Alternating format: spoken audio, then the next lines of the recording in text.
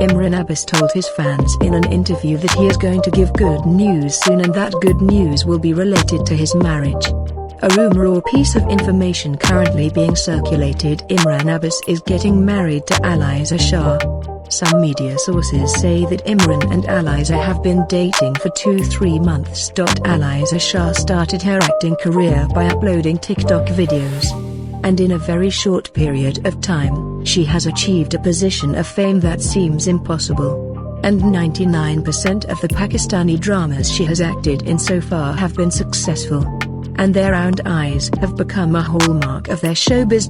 While some people also said that Aliza Shah was in a love affair with Naman Sami. But suddenly there was a breakup between the two and Naman came and confirmed that we are just good friends. While Aliza Shah and Imran Abbas have recently worked together in a drama Jo Tu Chahiye. What would you like to say after hearing the news about how Imran Abbas and Aliza Shah became a couple together? So don't forget to share your opinion in the comment section below.